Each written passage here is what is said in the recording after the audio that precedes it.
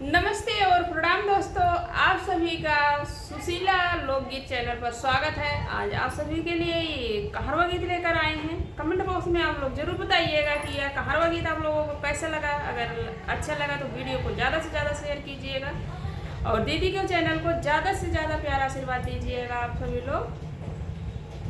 तो देरी ना करते हुए आप लोगों को ये कहारवा गीत सुनाते हैं। जागा जागा हो बलमुआ घरमा चोराया इलबा, जागा जागा हो बलमुआ घरमा चोराया इलबा। सासु लई गे हारवा लाई गे हसूलिया, सासु लई गे हारवा लाई गे हसूलिया।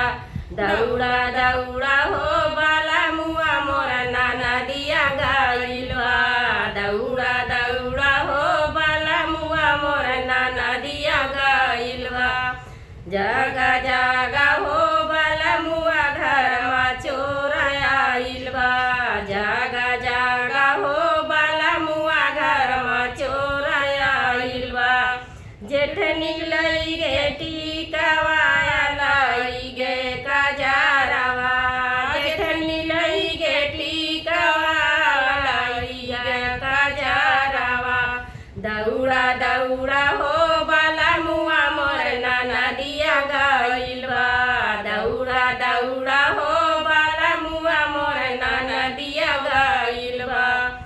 जागा जागा हो बलमुआ घरमा चोराया इलवा, जागा जागा हो बलमुआ घरवा चोराया इलवा।